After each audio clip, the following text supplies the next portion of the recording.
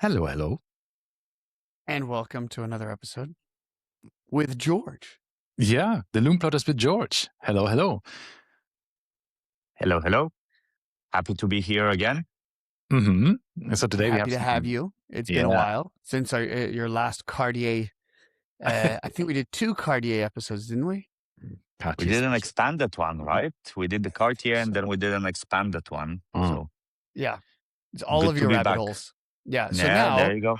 Effectively, George has reached out and said he has another rabbit hole that he wants to discuss.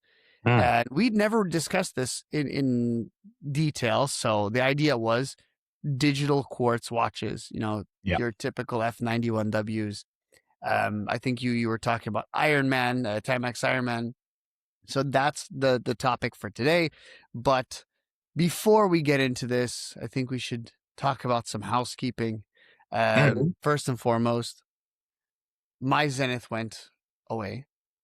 It went to Dubai, the MOE boutique, who sent it to the Dubai service center, who then said they cannot fix it. What? And so it has to go to Switzerland. And I was told, well, Switzerland's technically on vacation till August 15th. So it's going to sit in Dubai, the Dubai service center for a month.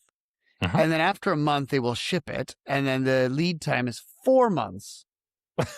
And then a month to get it back. So it's going to be gone for 6 months. And I said, so what's wrong with it? And like, they don't know. So zero transparency, zero knowledge. Nothing was told to me. And they said they will diagnose it once it reaches Switzerland. So that's the first kind of bummer of it all. And then, of course, the wife is pissed because you spent all this money on a watch that you don't even have for 6 months now. And I told her, it's fine because I'm going to have it back and then it'll feel like a brand new watch. But yeah, of course I'm bummed because it was my favorite watch, I think, by far. So that's number one. Number two, I just came back from vacation.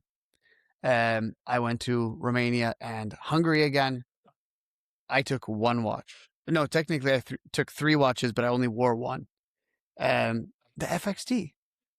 And I wore the FXD for 14, 15 days straight in the wilderness. We were in Transylvania in the forest, hiking, setting fires, cooking outside, all the good stuff, not forest fires. We didn't set any forest fires.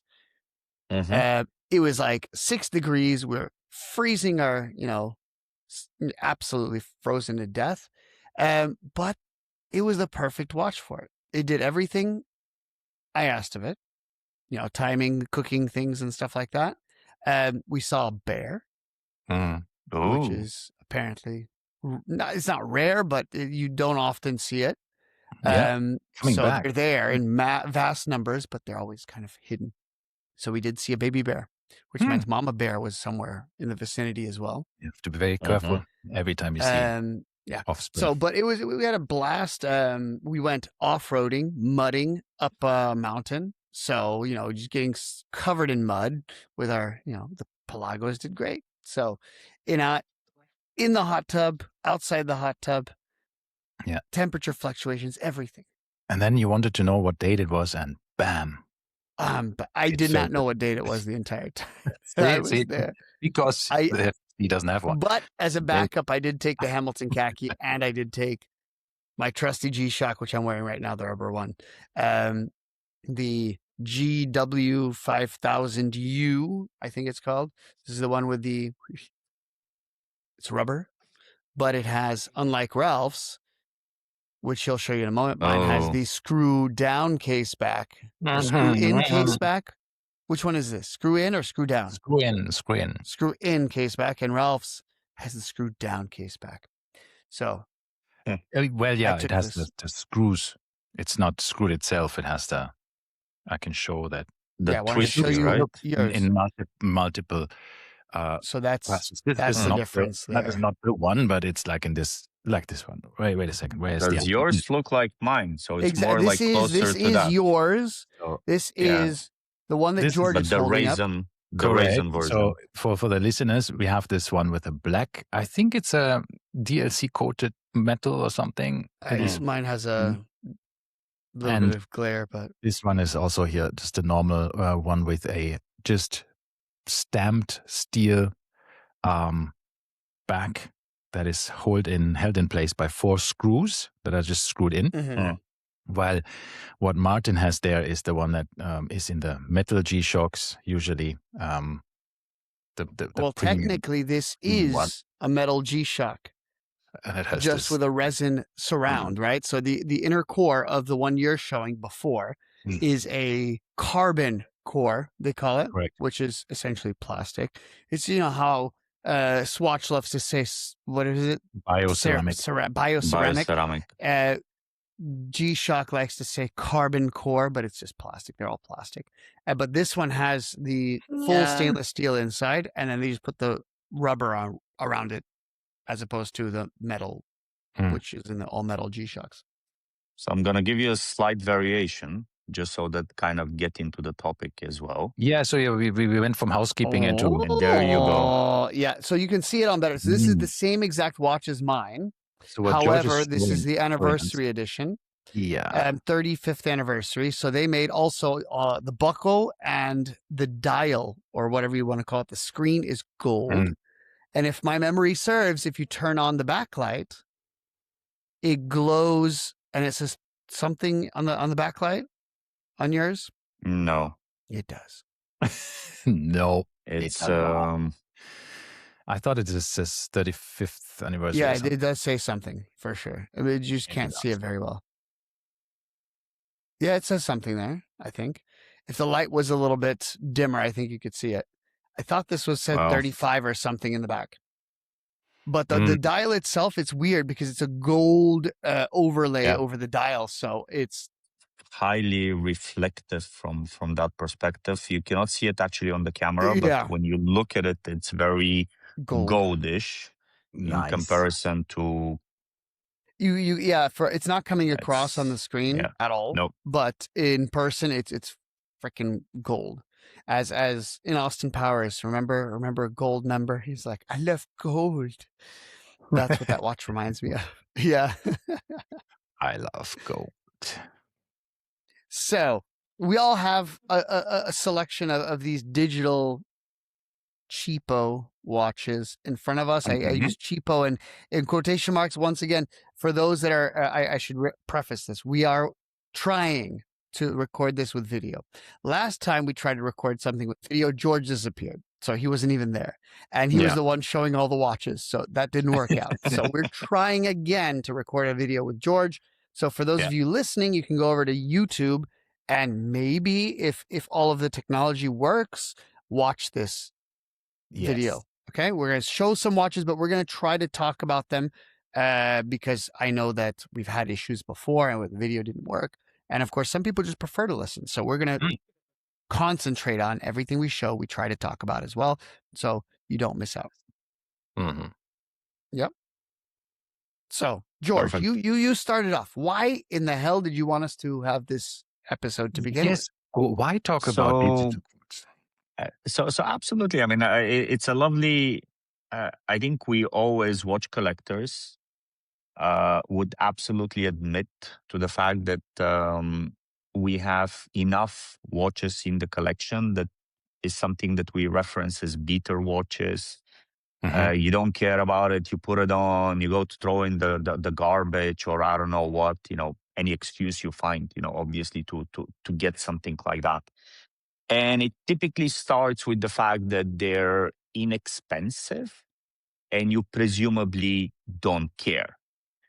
But I think this is probably one of the things that's the farthest away from the truth, right? Because the reality is we as watch geeks and collectors actually really do care about that.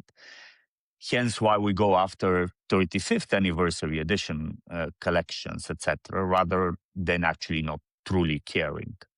I think it is obviously as well an affordable segment market, but as Martin said, affordable, right?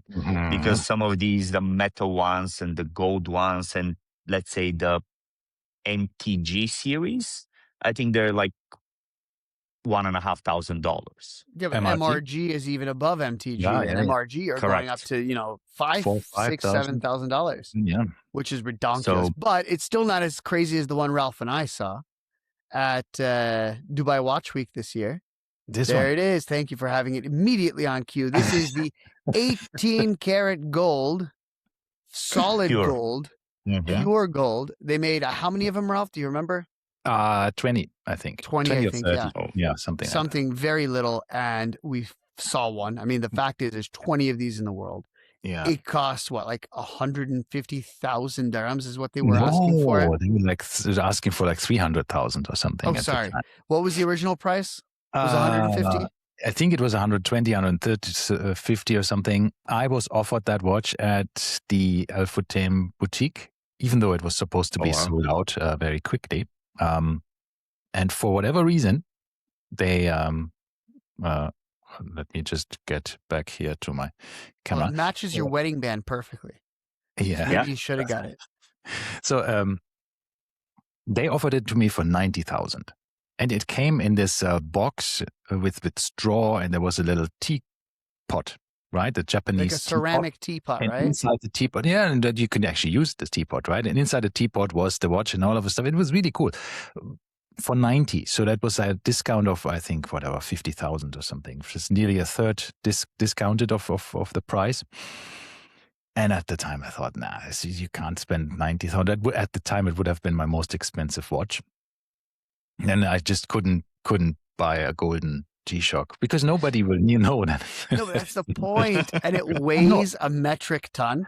It Like, is super heavy. It's so heavy. Like it's so But I much should gold. have bought it because now I think the gold value gold of this value, watch is already more than that. That's why they sold it for 300,000 now, right? Because I'm gonna Google to see if I can find a weight of this. How much did heavy. the solid gold G-Shock weigh? Because You obviously probably need most of it is going to assistance be to carry it. 300 grams. So, and remember, that was Dream Project number 1. And then they did a Dream Project apparently number 2, which was 355 grams, which was not the square, G-Shock square, but this one was 297 grams, 300 grams. And we know that the module weighs 1 gram. Not much. So I think the majority of that is solid gold. Yeah. So how much? I'll do another quick search. Let's say 250 grams of that is gold. Gold price 18 karat. But it's 18 karat. Yeah, so you have to. Yeah, I put it up. 250 grams of 18 karat gold in the UAE goes from 91,625 to 92,500. So you would have just now got Recovered. even on just 250 grams of gold. That's a quarter of a kilo, guys, of gold. That's ridiculous. So Is it not to mention the watch, the teapot, the rarity, and all that stuff. So, but I think that is, if I'm not mistaken, that's probably the most expensive quartz digital watch that you can buy, right? Like I can't think of it. Yeah, okay, digital display. Yes. And I was just thinking about the FP Jones and no, just digital, because I'm thinking, I'm sure there was a freaking rubber G-Shock that was taken to the moon or something, or space, that is going to be after market, on the value. auctions. Yeah, we'll have it, but brand new to come out with 120,000 dirham watch. At the time, like, I don't think there was any other digital quartz watch. Listeners, correct us if we're wrong, but I can't imagine there being anything more expensive than that. So this is then the absolute exit grail watch for every digital Casio or just digital quartz watch collector, because that's it, right? I mean, you can't go higher than that. If you want to be one of these 20 or 30 I guess you can if you go to Casio and ask them to make one in platinum. Imagine a piece unique in platinum. Who would you have to be to get that pulled off? That's ridiculous. Well, for anyone out there listening, should you decide to do that, let us know so we can actually do an interview and tape it, right? Yeah, how much it would be. All right. So going up back to our original. So you messaged me, you reached out to me and said, let's do this episode. And you specifically had in mind Timex when you were telling me, let's do this. So Well, what Timex and why? Timex, Casio. I think this was originally. I probably remember as a kid, I had one of these lovely Timex, like most of us did. The Iron Man. And then that's what one of the elements that was early on kind of pushing a lot of my thought process of understanding into that hobby, let's put it this way. But it was always a fun part. And I think this is what somewhere down in my brain started that, I don't want to call it obsession so that it doesn't sound bad, but, love for the digital watches. And no matter how many other watches are in my collection, I haven't sold them. Or I haven't passed them on to anyone else.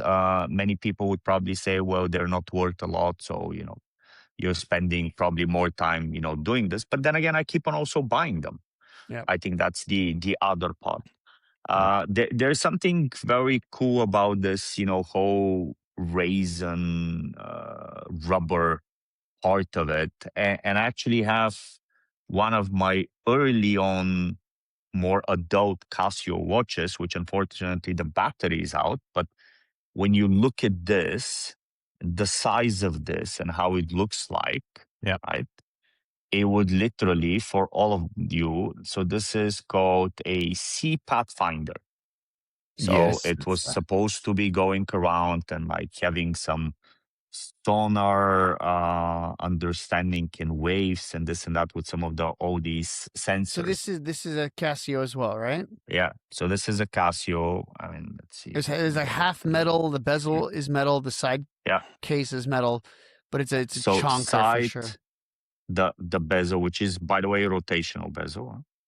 Funnily enough, one of these that like didn't exist, and then everything else is the typical Casio rubber strap. But that's the rubber strap. So the early days, so before the proper nice resin. So this is a bit like it stands on its own. So it's, you still have to say that this is. I have to give it to them because one of the things is that I used on Safari because I used a lot my new MIP watch from Casio because of if you have all of this stuff on your skin, right, and you have the whatever mosquito repellent and the sun protection and all of this stuff, and some of it is melting plastic. So DET, for example, there's a mosquito repellent which is said like do not put it on anything plastic because it melts it.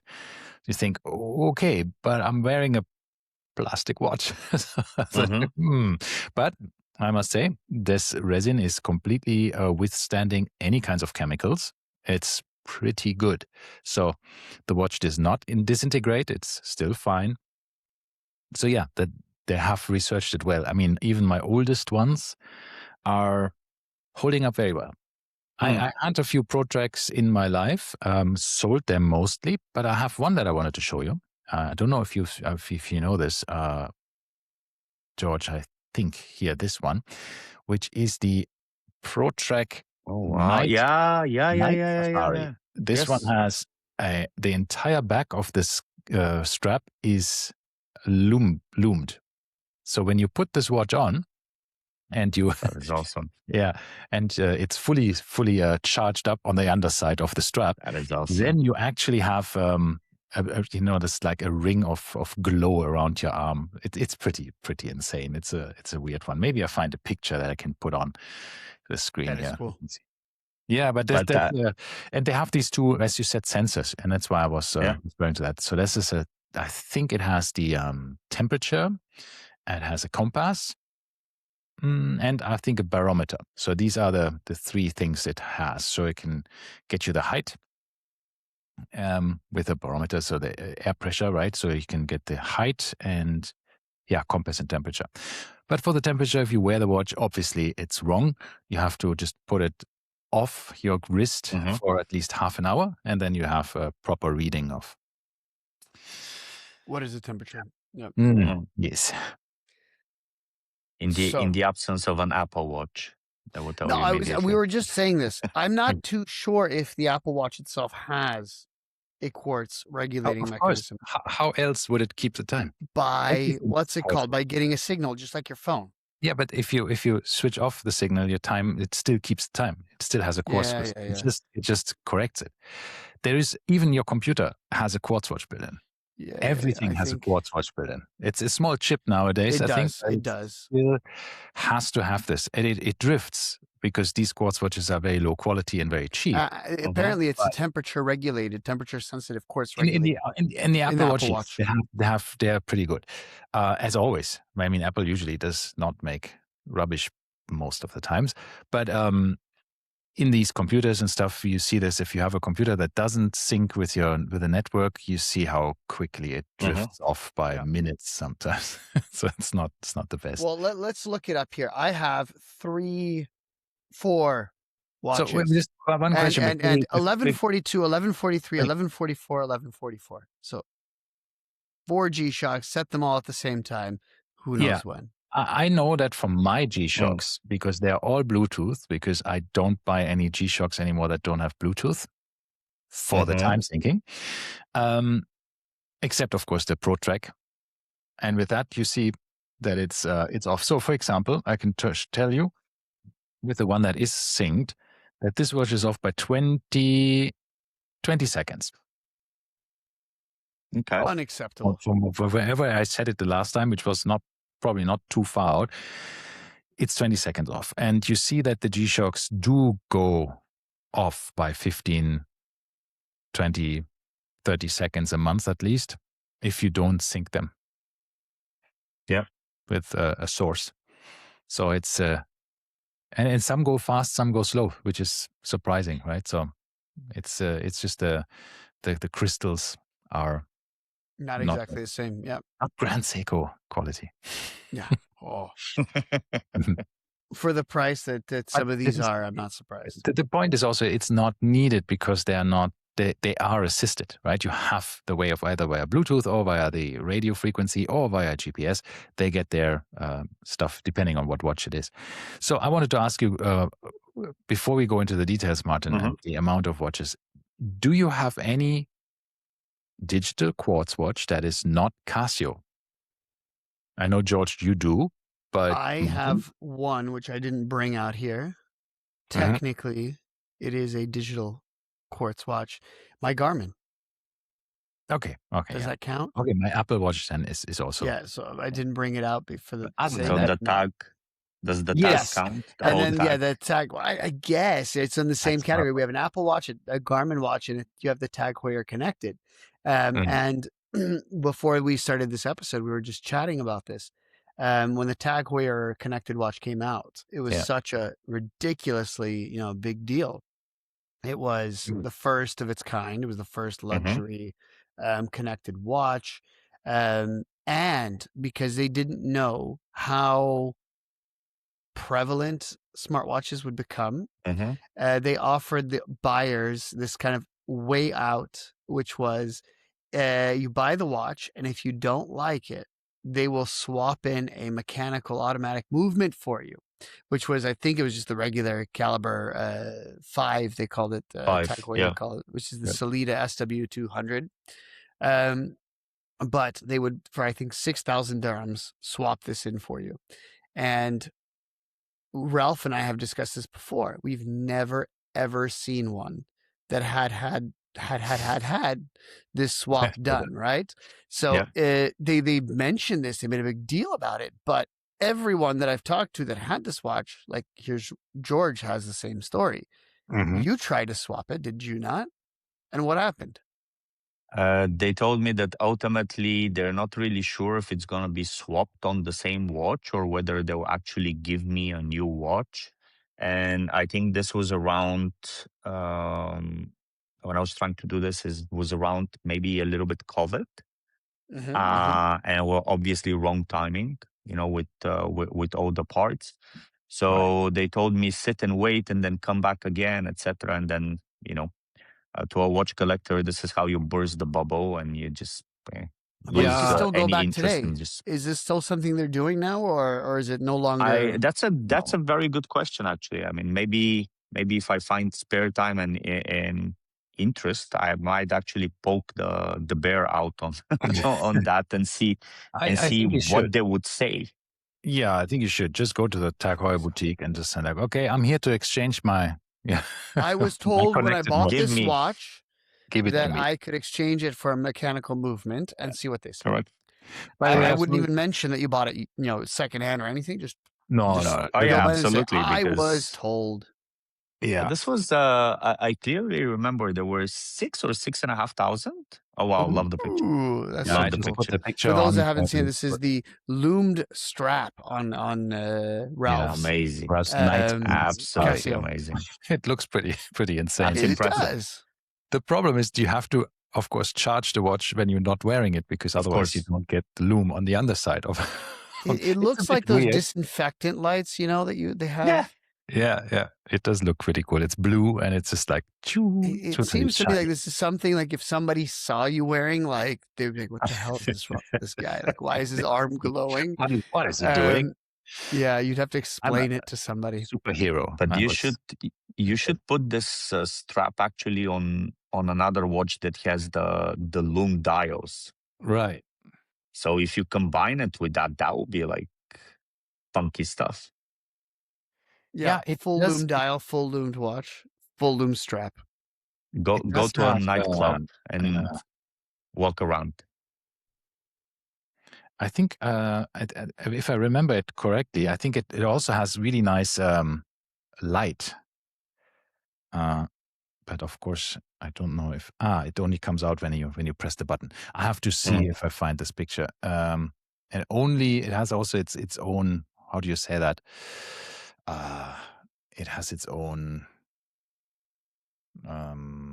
light sensor, so it doesn't come on by accident. So it's a bit of a special one, right? So I think both of the metal ones and the one that I'm wearing have this light sensor where you tilt your arm at a certain angle, the light comes on, but it doesn't do it in the daytime, right? So it has to have a light sensor to know, or maybe it just has uses the clock itself to say, okay, well, if it's after 7 p.m., then I will do it. And if it's, not, I don't know. Then again, I should try to, if I go into the bathroom or somewhere dark, like, would it work? I don't remember. I have no idea. You have to check that. It should. It should work, yeah. Then that means that there's a light sensor. But in the same vein, I do want to talk a little bit about the other G-Shocks I have in front of me. And I'm sure everybody else has a bunch of stuff. I have the least amount of stuff. So these aren't even mine, technically. I just bought them. I have 2 G-Shocks. Wait a second. You just said they're not yours, but you bought them, or you brought them? I bought them. But so why are they not yours? They're my daughters, of course. Okay. So, but they're so cool that I do want to talk about them. So I have, of course, he's the financier. Yeah, I have this monstrosity, which is the solid metal silver variety, which George has as well. Ralph used to have. This is Ralph's. I bought this from Ralph. So I had, I think, 5 or 6 of these in the past, and I always sold it. And this one, Ralph's, I felt like I had to keep because, it was Ralph's. Yeah, so I did keep this one. But this was my original. My first one was this, not first, but I've had G-Shocks for an extremely long amount of times. If I go back, I remember back in university, I used to buy G-Shocks. I bought the plain, the squares. I always went for the squares. And I had a few of them, and I don't know what happened to them, where they ended up, but they were like $40 at the time. It was nothing. But so this is of course, as we said, the screw-in case back version of the G-Shock Square, and it has the most supple of rubber bands. It's a fantastic strap. But I was really keen on getting my daughter a G-Shock as well. But in order for her to have a G-Shock, she had to be able to tell time on an analog clock without any numbers. So effectively having a watch that is, like just baton indices.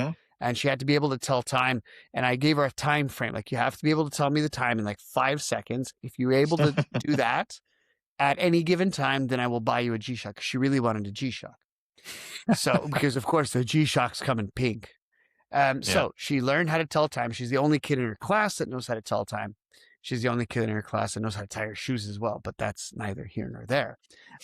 So her first G-Shock was this light pink Baby G, which this is the base model, the entry level, the smallest one that you can buy aside from the G-Shock ring.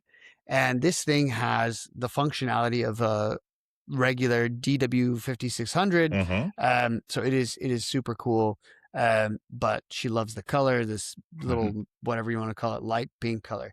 But then last year we were in Romania, and this is a watch that I was looking for forever, and I never saw one. And we found two. So I bought both of them, one for my wife, one for Lana.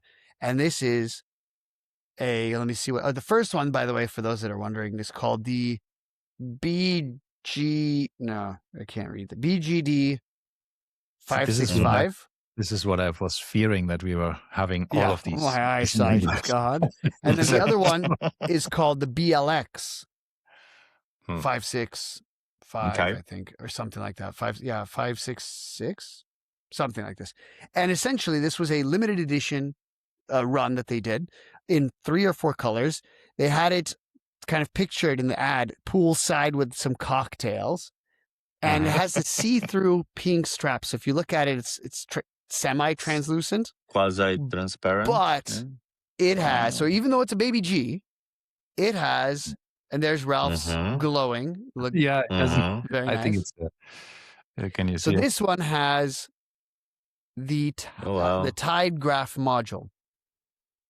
So we can go into it and we can see on the top left. On the top it has a tide graph, and the big thing is it has a world time function as opposed to the other one, right?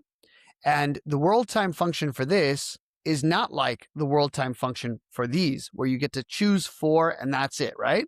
Here you go through like a world timer, and when you go into the world time function, you click through the entire globe. And so I bought Christy one, I bought Lana one, and because why?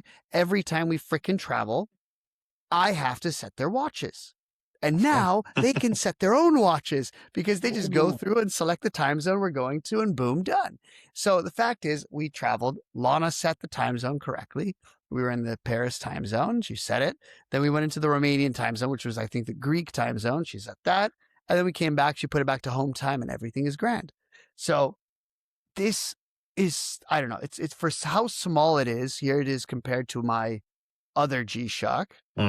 It is a tiny watch, and it has a freaking tide graph, and it has, once again, all this cool stuff. How cool is that? Like, I mean, and then not to mention the colors are awesome.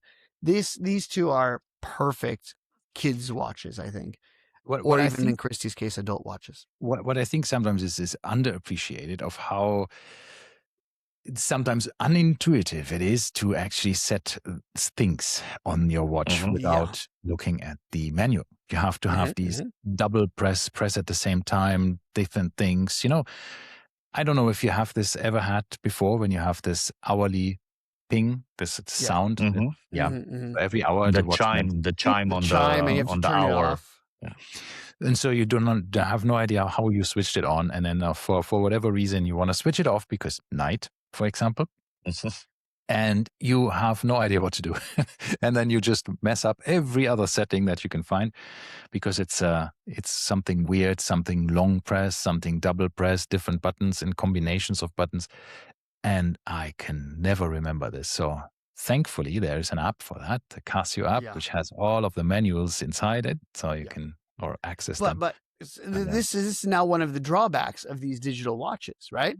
If I put a gun to your head and say, without messing up a single button press, set the time on your G-Shock, I think we would all die. Like, there's no way. But if you give me a mechanical watch, you unscrew it, boom, boom, boom, boom, done. Right?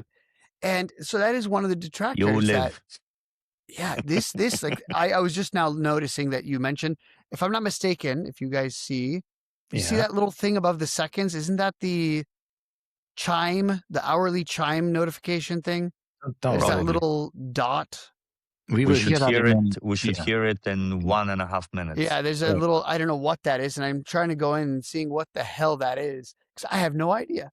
Yeah, they And have this is some the problem. indicators for daylight saving time sometimes. For That just says DST, other I things. think. Yeah, it does. At least on the daylight savings, and then on this one we have PS LT.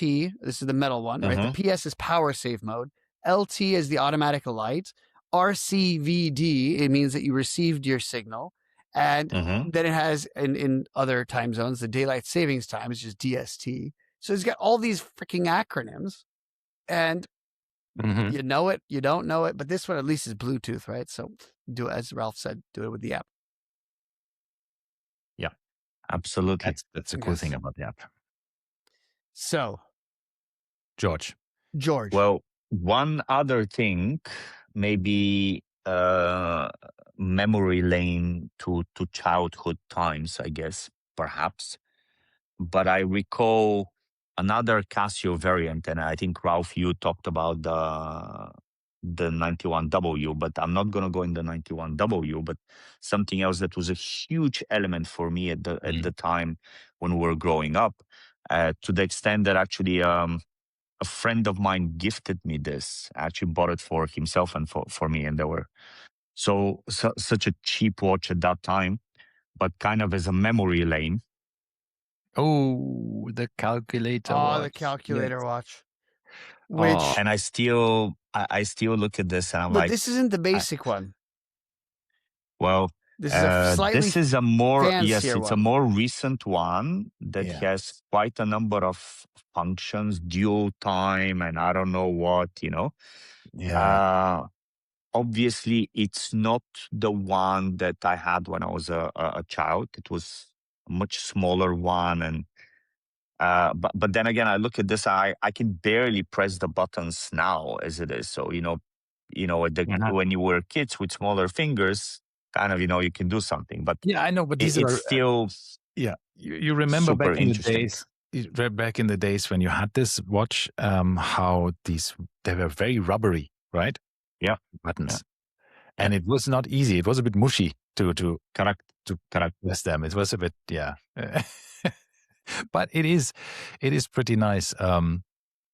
To just have this, and I saw this recently I was in India, and there you see, of course, I mean, because you would see it probably here in the Casio boutique as well. But if you look at it, you have a gazillion of these calculator watches coming back in, because all of the retro things are, the hipsters love it. So I wanted to quickly share my screen and show you something. Sure.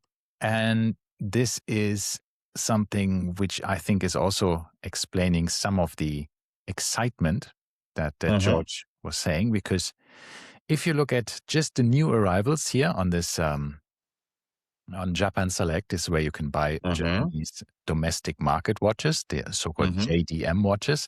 Yeah.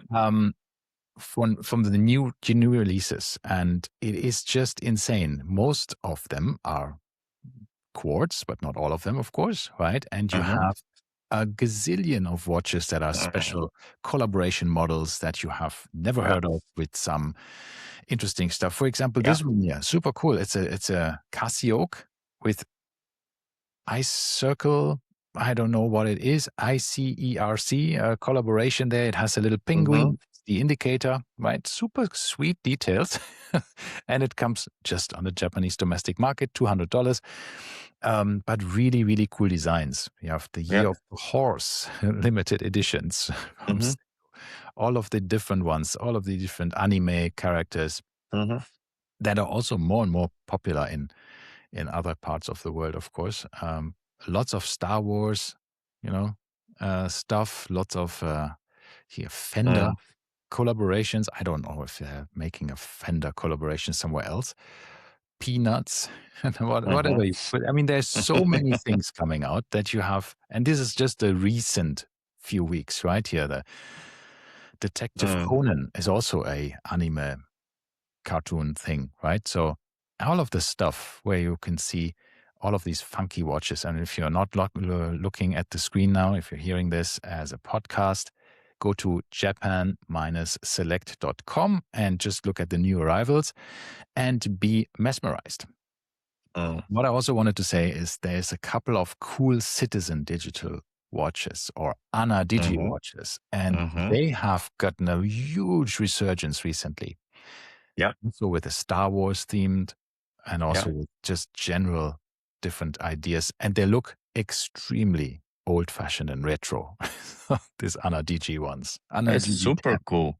but they are cool. Yeah. Yeah. So there's a lot of things go down one more. Oh, you went back. Never mind. Yeah. Go There one was more. that. What is that?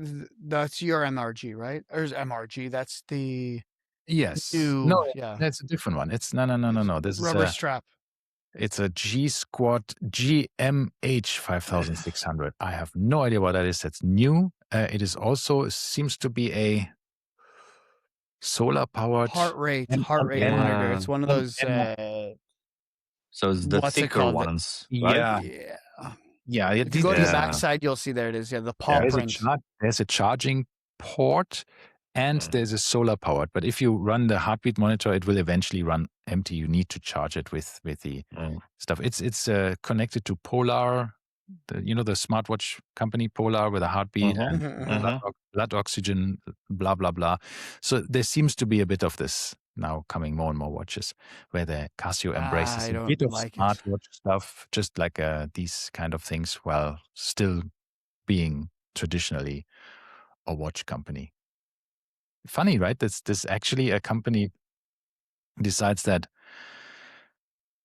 we are doing the quartz watches old school. We are not doing a smartwatch. Really, we are still having our MIP display. We are not putting in fancy LCD displays and OLEDs and what have you, but adding some of these smartwatch functions like a fitness tracker or something in this, but basic, right? And still selling it for more than a lot of smartwatches. That's the part, right? And in all fairness, probably I think the other element, Ralph, that it was very clear to me when I look at all these, what I would call marketing gimmicks, these variations, collaborations, etc. It's at this moment, this is the cost of production for that watch is $2 probably. So they're taking, for all practical purposes, north of 80% in profits.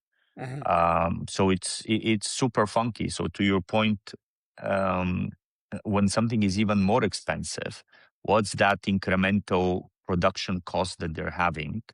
Yeah, it's really minute, but you're selling actually pieces in the thousands, right? Why they never do any limited editions of this, even when they say this is the 35th anniversary edition, right? You never know how many pieces have been produced, as many as they can sell within that year, right? And then something new comes in. And as you said, the anime one, this is my favorite one that, when they changed a lot of the things and now all this, they started giving them in the variations with the anime, right? And you showed it on the screen. It was the white version with the black dial. I have actually somewhere in the boxes, I have the blue with when it came out, I think last year or the year before. So this is this one here, right? Correct. The Casio. Correct. Yeah. But again, which now, by the way, they just came out with a new variety of these Casios. I don't know if you saw this, but it was essentially the MRG looking Casios, but it's not MRG prices, right? So I don't know what it's called, but essentially it is a extremely fancy looking metal dial. God, how many of these do you have, Ralph? Ralph's holding up like the fifth Casio at the moment. All my Casios. The metal one with the light blue dial, the metal one with the green dial, because green is important. Everybody has very much so. Absolutely. Then, of course, the watch that I actually wanted to take for my Safari, which was this one, because it looks like a Safari watch, brown and beige, right? With a tan cloth strap. Yeah, and then the quartz strap. The original. And then, of course, this is not the original. It's a newer one because it's Bluetooth. Yeah, because it has it has the white hands. And it has pink. Because what I didn't like about the first Bluetooth enabled Casio was that it had the black hands. It Yeah. had very poor legibility, and I always wondered why. And now they rectified it, and this one is much better to read. So I will share my screen and I'll show you guys what I'm talking about. I found. So that's why I originally bought the white indices one from the OG one, because I just couldn't read anything else. Yeah. All right, check this, guys. Yeah. Look at this. This is called the Lux Black. Whoa. And it's a metal case. Essentially, I don't know. It says G-Shock on the dial. Apparently, you're supposed to wear it with a suit, maybe. I don't know. But it is. There's a few different versions of it. The basic one is there's a gold tone and a silvery blacky tone, I guess. But it is reminiscent of the, there you guys go, of the MRGs, right? But oops, design-wise or color scheme-wise, yes, but it's from of course, But you know what? I think they combined it. So this one, the one that I'm showing on the camera now. Let me close my app 1 second so we can see the one that actually came. There you go. This is the metal one on top, right? So it was the combination of this and a bit of a gravitational force from the MTGs that they created the oak looking one, right? And then they were always looking to build this toughness and everything. And I remember when this came out, this was like, I think, around 1,500 dirhams at the time. And I looked at this and I was like, my God, this is a lot for a Casio, right? I was like, what is this? You know? Yeah. But it paved the way, right? With all of this. Yeah. In a very funky way with all these dials and everything. And because it was with a lot of metal encasing. Yeah. So it took that part in, and then it just made them propel phenomenally. That went two ways, right? That went in two directions. One was the Casio models, but then the other one was the metals, right? Because they started using, they had many Casios with some metal components, but then this in 2018 or 2017 or whenever it was the first full metal, and they were very adamant to call it the full metal G-Shock, because this one had no resin components whatsoever, right? So yours was the predecessor kind of to both of these lines. Yeah. But you also had an MRG, no? I did. But I don't know where on earth he's gotten to, frankly speaking. But you know what? I think it's I mean, I was an avid collector of the metal G-Shocks, right? I really enjoyed them a lot. But I must say, that was also one of the watches that I think was the first one that was about $500, right? Retail price. And where I thought, who is going to do this? Who is going to buy a watch for this price, right? I mean, a digital Casio G-Shock. Obviously, the ship has sailed. I mean, I have bought so many of these, but I just show that here on the screen. So that was my collection back in the days. But you had more than this, no? Yeah, I had more. I had, but do you have the picture with all of the squares? Because you had a case full of squares. At one point. I know, but this is, for example, two of the titanium ones here on the bottom. Then you see the rose gold one, the one that the Tron, then the traditional one that Martin now has, then the aged IP, it was called back in the days. That was also quite cool. Then I had the yellow gold version, and so on and so on. I had so many of these. I had what is called a wine colored one. It was very red one.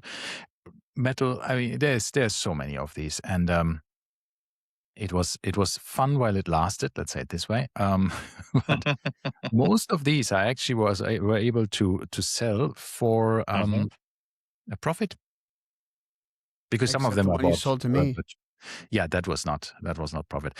But this was the first one where I thought, this is insane. When my friend of mine came over to me and said, I got this new metal G-Shock and it's amazing. and he's a big watch collector, right? So, Mm-hmm.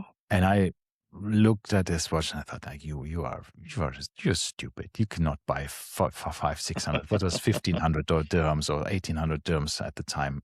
You cannot buy a digital Casio watch for that price.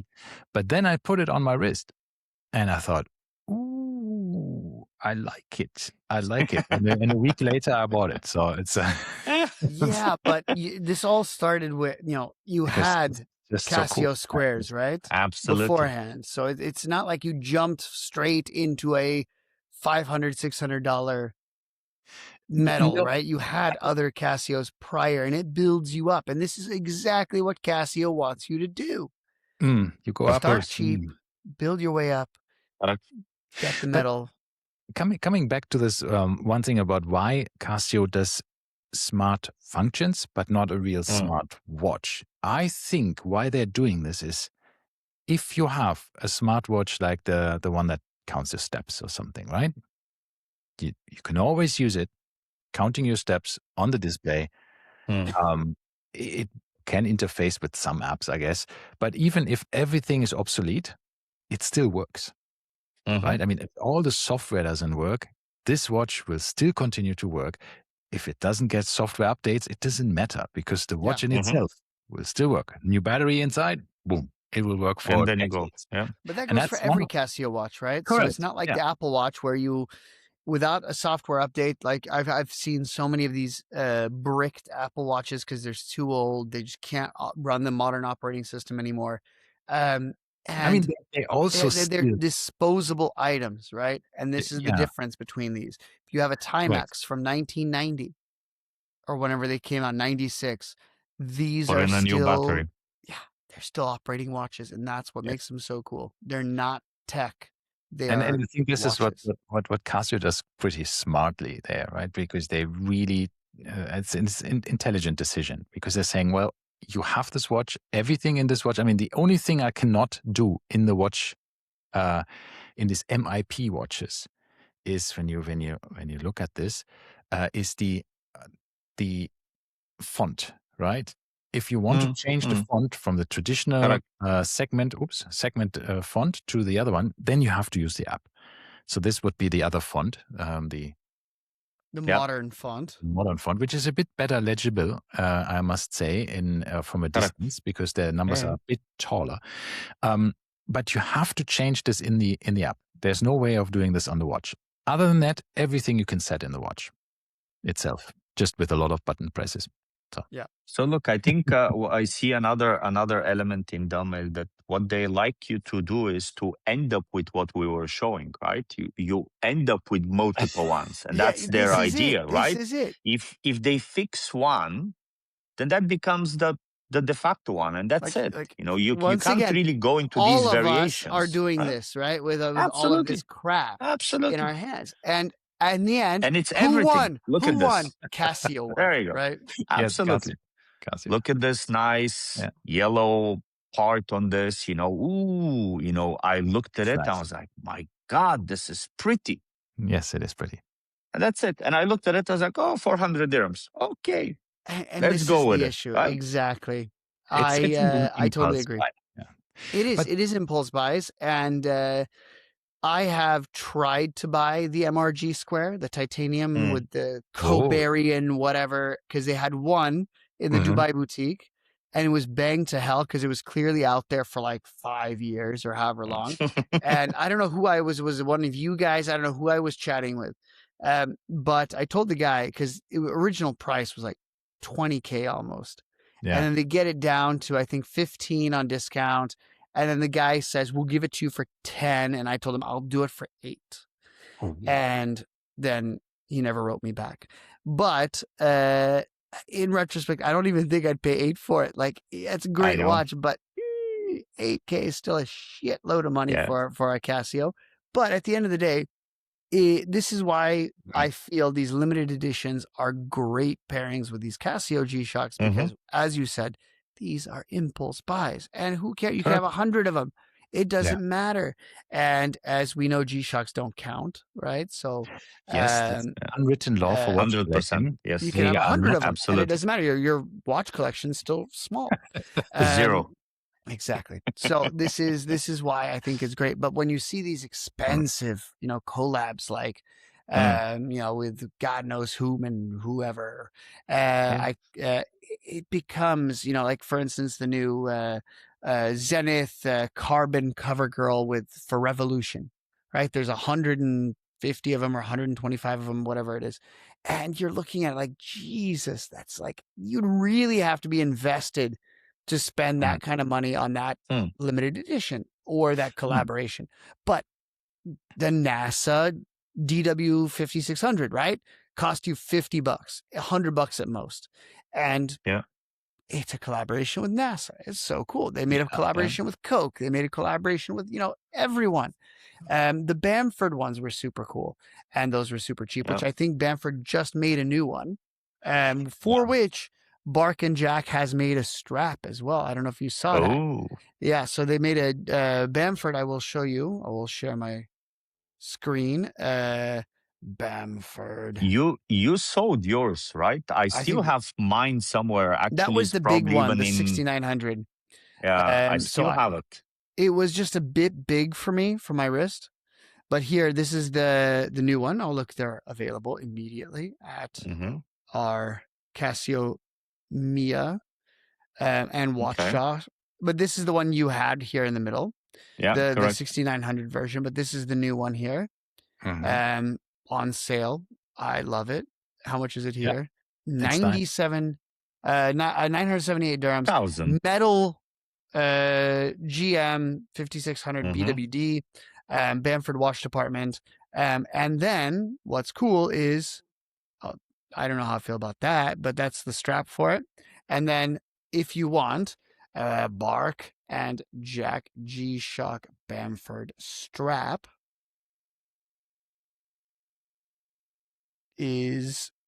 was just released yesterday or 2 days ago, something like this. Let me go to just the Bamford strap page. It's an aqua blue NATO strap. And if you look at it, it clips on somehow. You get some little end pieces for it to wind through. And it's a good looking watch, right? It is. And it says Bamford and Bark and Jack on it. So cool. And once again, 1,000 dirhams for a metal. Of course, this is not the full metal like we are showing off. I think this has the screw-in case back. Here you go. Oh, that's nice. So the cheap case back. And the limited edition, though. Yeah. Made in Thailand, which I do not buy G-Shocks made in Thailand. I want mine to be Japan made. But nonetheless, you cannot buy watch. Casios then because they're all made in Thailand. Exactly why I don't. Oh.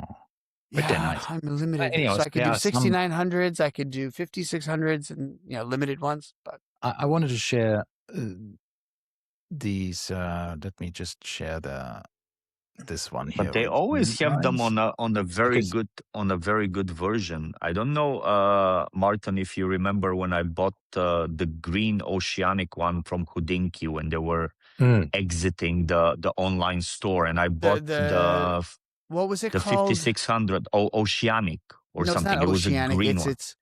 It's Ocean something. No, it's not ocean. It's magic mushroom or something. Something stupid. I think that's slightly different stuff you've had. No, it's ceramic something. Ceramic. Okay, whatever. Ocean the green ceramic. One. Ocean. No, it's not ocean ceramic. What I wanted to say is when you see somebody with this kind of calculator watch, right? Yeah. Or the new one. This is a retro vintage expired one with a data bank. Remember data bank where you could put in all the phone numbers of your friends, and save them, multilingual with a 10-year battery. And these retro inspired ones, how cool are they, right? With the buttons. So this is the data bank, right? Oh, you have it still. And I just wanted to mention before we go into your data bank, this one is a watch I gifted my wife. This is the one that has Bluetooth, right? It actually connects to your phone. You don't have to set it. If you travel, it will automatically have the right time because it's connected to your phone. Immediately when you land and you switch your phone into the right time zone, the watch will switch as well. That's why I thought it was great for my wife to travel with, right? No setting required. It has a step counter for whatever reason. And this one, she has a solid gold day date as well, right? But this watch gets more compliments than any other watch because everybody is like, wow, this looks so cool. And it's actually relatively expensive with like 500 to 600 dirhams, right? And I bought I think here this version here. I don't know if you can. Yeah. Don't know why I cannot. The silver one. Yeah, it's the silver version of this. Right there. I just read. I can't click. Yeah, you can't click on it. Weird. Yeah. It's anyhow. So this is the metal version. I bought it for myself, but I recently gifted that to one of our listeners of the channel, to Ilan. Elon Musk? No, not Elon. Ilan, I-L-A-N, from Germany. So he was listening to this. We got talking. He was a guest in my German-speaking podcast. He just turned 18. So don't give George any ideas. Yeah, so I'm not gifting anybody anything. No, Ralph will gift you. Exactly. That's what I'm saying. Is don't get expectations up for George, because he's been here. How many times we haven't given anybody anything, but except for the pleasure of being here. He's such an enthusiastic watch collector, a very young guy. So I sent him this watch for his birthday, together with some other watch books and stuff that he needs to read. So he's becoming a absolute watch nerd. Geek. Oh, yeah, exactly. So yeah, and that's why I think when I want this watch, I will buy it again for myself. But I think it's so cool, so retro, and it still works so nice because it's slightly bigger than in the old days, right? They have made it, just updated it slightly enough so that it's super relevant today. So sorry, now your data bank. Is this a data bank that is being connected to something and you have No.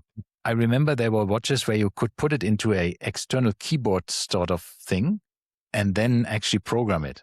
Remember this one? I haven't done anything on this one. This was literally more of a sentimental value on the fact of reminiscing about this. Just as actually something else, because we've been talking about Casio. Yes. But I will give you another one, but I'm going to demonstrate, first of all, how much better the strap is, right? And it's rubber strap. Yeah. Now I don't know whether this is visible, but you might start recognizing the symbols. Seiko. Yep. Yes, yeah. Yep. With these wonderful things. And this is Arnie's wonderful watch. Yep. Right? So to me, this was the other one that kind called? What is the name of this one? There's a name for it, which I can't think of. But yeah, it's Arnold Schwarzenegger wore this in The Living Daylights or something. Which one? No, James Bond. Wasn't it in the Rambo? No, Arnie. No, that was not Arnie then. That was then Predator. Predator. Yeah. Predator. Yeah. And it is, you're right. It is called the Arnie. You're right. The SNJ-025. It was worn in Predator. So, another question. You guys, have you seen this one? Where we were talking about Seiko? Oh, yes. The telephone something. What is it called? There's a name for this one too. So Rotocall. I haven't seen it in person. So the idea was it was supposed to be for timing phone calls. Yeah. So I really like this. What you do is you have two buttons on the left and the right, but you have a rotating bezel, which is an octagonal bezel, and the mode is indicated by here what is on top. So you twist the entire thing around the watch, right? So you twist the bezel and then you can put it to time set, to timer, to counter, to dual time, and so on. So effectively, it is a what was the Rolex? Command bezel. Command bezel, exactly. Yes, from the old Yardmaster and the Skydweller. It's basically that, yeah. And it has this split display somewhat with the top and the bottom. It looks pretty cool. I think it's about it's a tons of 500. colors as well. It comes Have in. you seen it? Have you seen it in person? No. It is how available. does it? Yeah, but I How haven't does it touched wear? I mean, it looks interesting, but I don't know, wearability. Oops, that was wrong. While Ralph really loads, you were talking about the online ceramics, is what it was called. Yes. Not The Ocean, green, the Ocean green, Gate. correct. Yeah, online ceramics. We'll call it was Ocean Gate. hideous watch. For all intents and purposes. You have it. $60.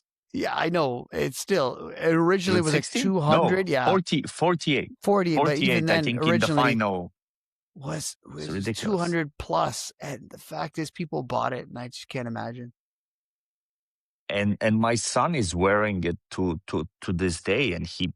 I mean, talking about the beater watch, I mean, like that watch has like seen more knocks and nicks and everything. And I have to say, nothing has Troy happened. also has Nothing. broken how many watches before that? So on the Swatch Omega, actually Swatch replaced his watch because buttons fell off. Yeah. And they just couldn't figure this out. Oh my God, it actually looks good. One day we need to go in and try them on. Yeah, I just showed the roto on somebody's wrist. So the blue gray bezel looks the best by far, I think. Yeah, but the red black, I think, was the original color. And this is what, yellow black, cool. yellow black, bumblebee. Yeah. I think the blue gray is here, ready to ship. 2,000 dirhams. Jeez Louise. But listen, this is much. I just that's always my problem. I'm thinking like, 2,000 dirhams.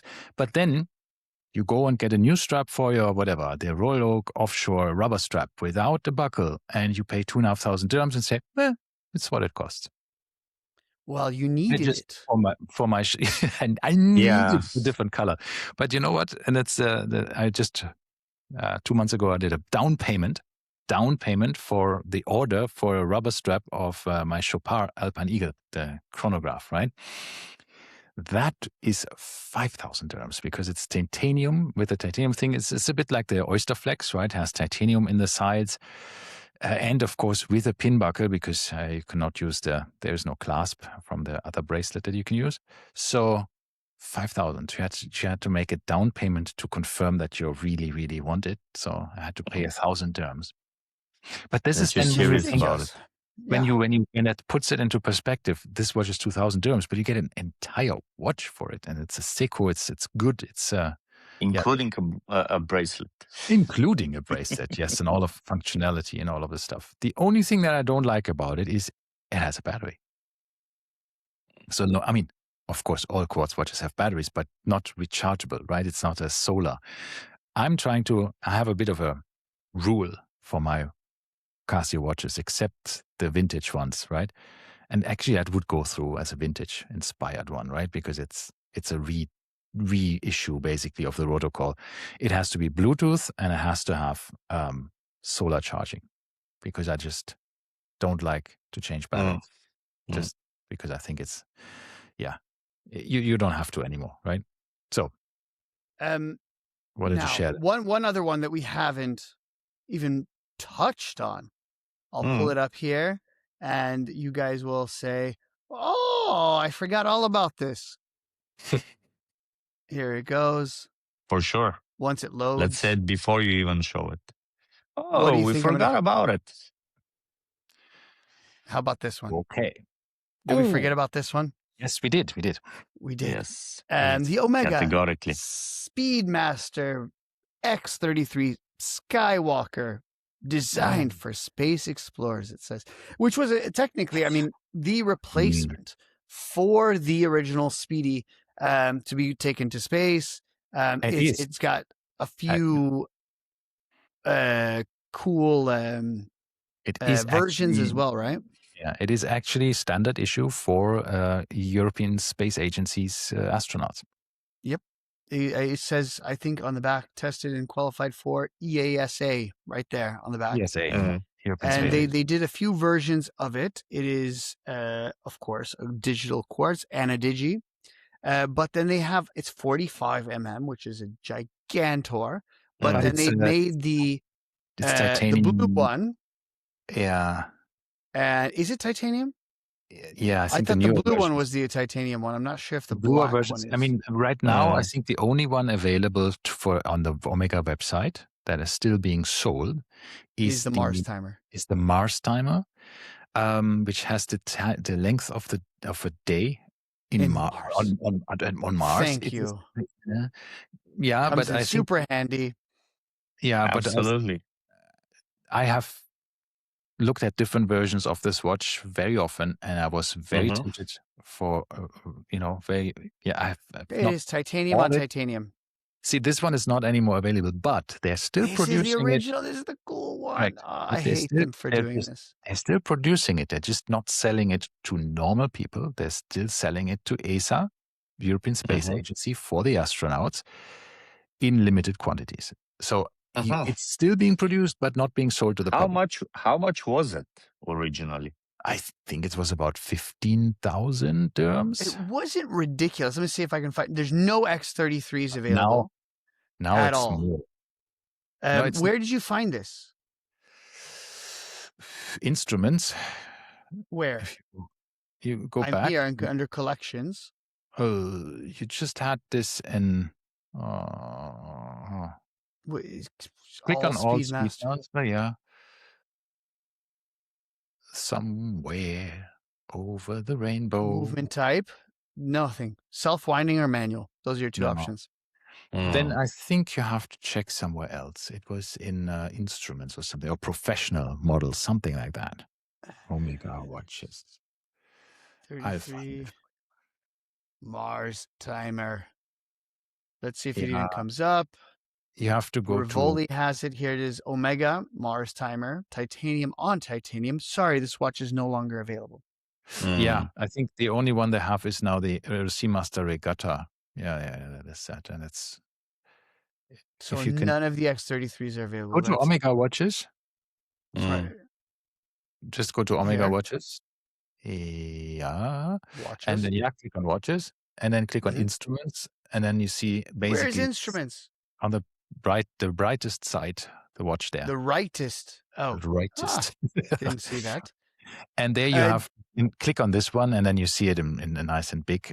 This is 13,000. Why are you on an Australian website? I have no idea. I'm not on any. 35,000 dirhams. 35,000 dirhams. This one. It's a regatta timer with all of the functionalities. Of course, not the mission timers, all of the stuff that the astronauts use. And apparently, I mean, I have seen a documentary about this watch of how smart that is, that you have so many different timers. I think you have like 10 separate timers on this watch that can run concurrently. One is for the mission time. One is for a specific time. One is the mission time 1, 2, 3, 4. One are countdowns. Some are counting down and then up once they're counted down. So there's a lot of things that actually astronauts need in order to understand when is this, when did the time, lapse basically. And then you can see that because the timer goes the other way around. How much was that one? Like 35,000 dirhams. 35. The regatta timer is 35, and it's a bit bigger as well. So that means that even the Mars I timer can see it on Chrono, and on Chrono you can find. So the official price is 34,300 dirhams here in the UAE.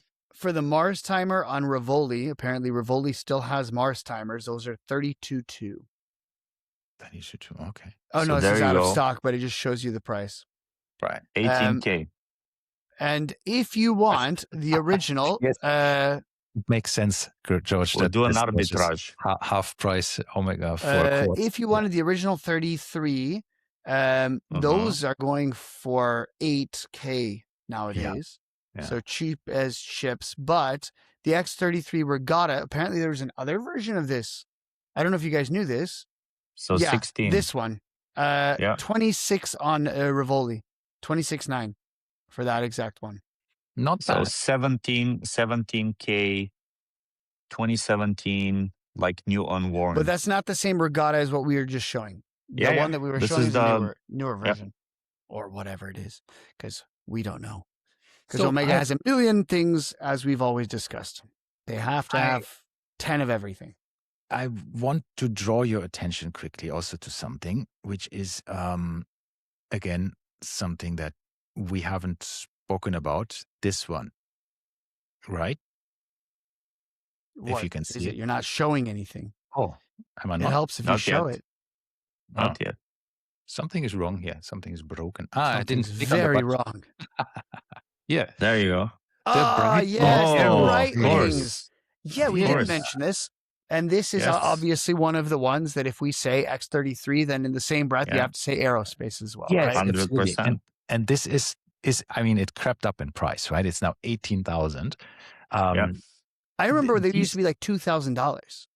Yeah, and this is now the double that at least. Yeah. No, it's a bit more More. than it. Yeah.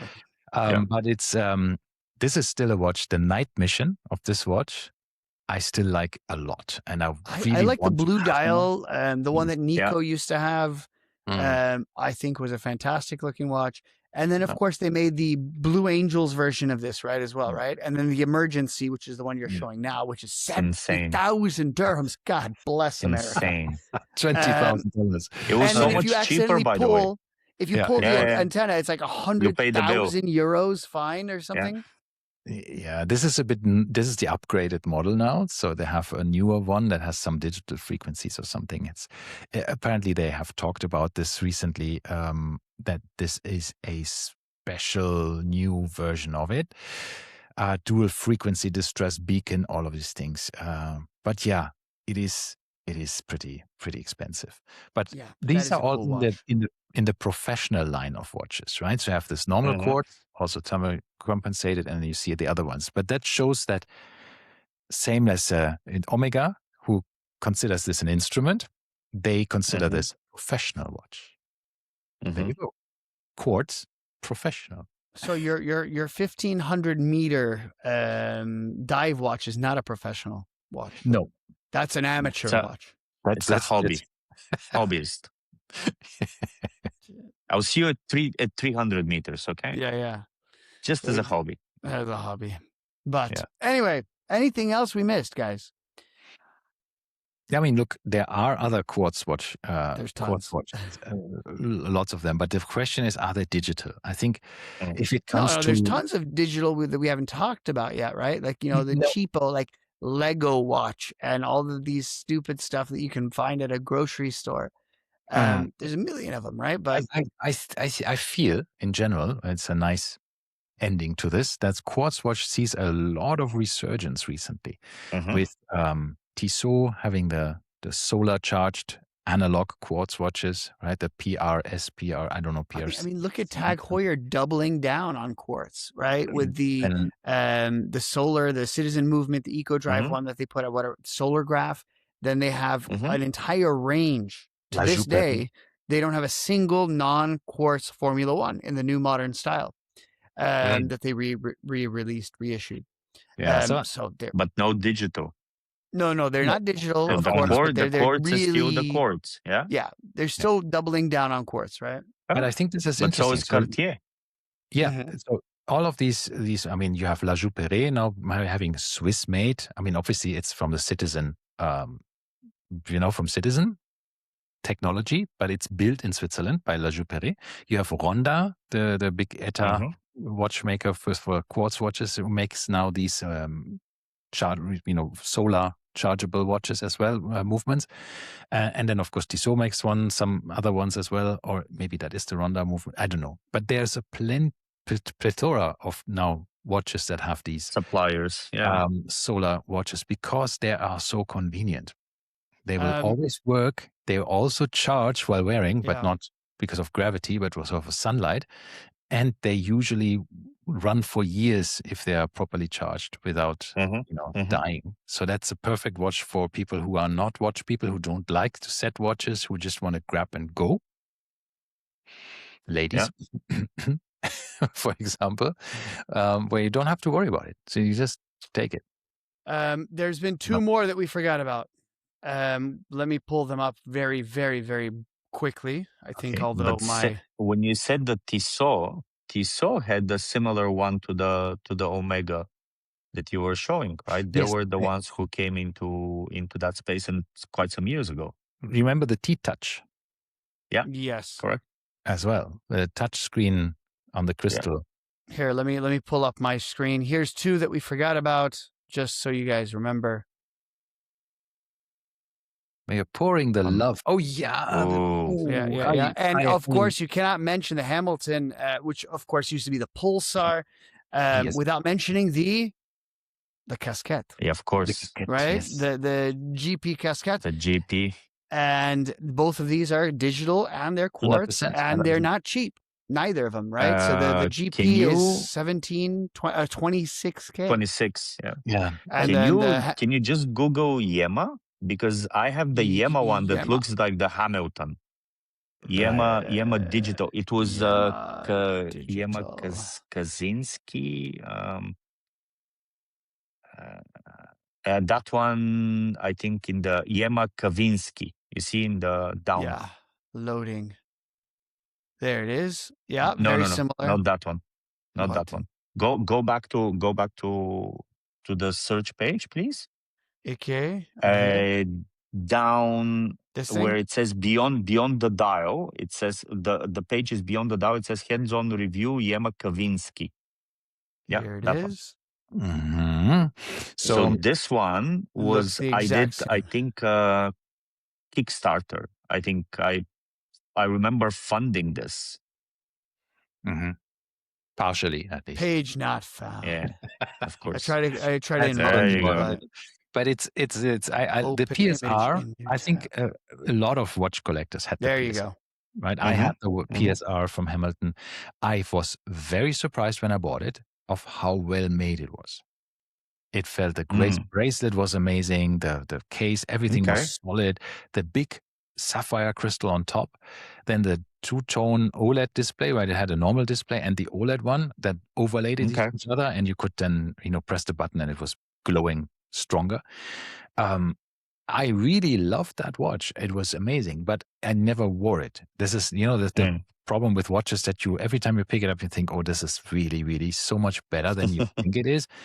But you're still not wearing it, so I sold it eventually. But the casquette is a bit like that as well. Yeah. A lot of people. And we need to mention that this was the first digital quartz watch, right? So this was an LED display. The Hamilton Pulsar P1 came out in 1970, and then the next similar watch was the Seiko 05 LC. Which Ralph showed a reissue of. I think Ralph showed a reissue of earlier. And then the Casiotron came in 1974. Yeah. So all three of these were effectively the first of their kind, right? But Hamilton with the Pulsar just killed everybody on it. I just wanted to say one sweet thing about the casquette that not everybody knows is that it has a small little hidden functionality. So if you have a specific date or time. No, I think it's date. The date? That a specific sequence of numbers that you want to remember, you can program that into the watch. And then on that day, I think every 30 seconds, it will show it, or every few minutes, it will show that specific date on your watch instead of the time. No, so don't put your password or something. Yeah, just put your password in there, and then if you forget it, it'll show your PIN number. Exactly. But it only shows this one time a year. So because it's the special day or something, or specific frequencies. I don't know. But I thought this is sweet when you have a functionality that means that whoever designed this quartz movement at Gérard Perregaux has actually gone into creating this functionality inside the circuitry, right? It's not something that comes natural. No other watch does this, right? So a quartz watch, because we have other watches that do similar things, like the kissing on the bridge thing with but that's a mechanical automaton. Yeah. So But anywho, all right. I think we've gone well and above our time frame for the day. So much love for quartz. See, it is Absolutely. surprisingly quite a lot of love for quartz. Yes. But anywho, it is, I think, time for us to end. I was timing on here, by the way, or how long we went. So I got love that. Like, what's the mission? What's the mission of successful mission timer? 1 hour 24 minutes. So I think that's a pretty decent time. Lots of love. Yeah. So lots of love. I'm sure we forgot a million watches. So absolutely, you guys can tell us what we forgot, and then we'll mention it in a different episode.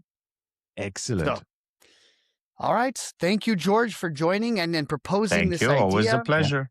And I don't think we would have had this idea without you. So thank you. Exactly. Just stay on after I switch off so we can upload everything. And bye-bye for everybody. Until next week. See ya. Bye-bye. Thank you.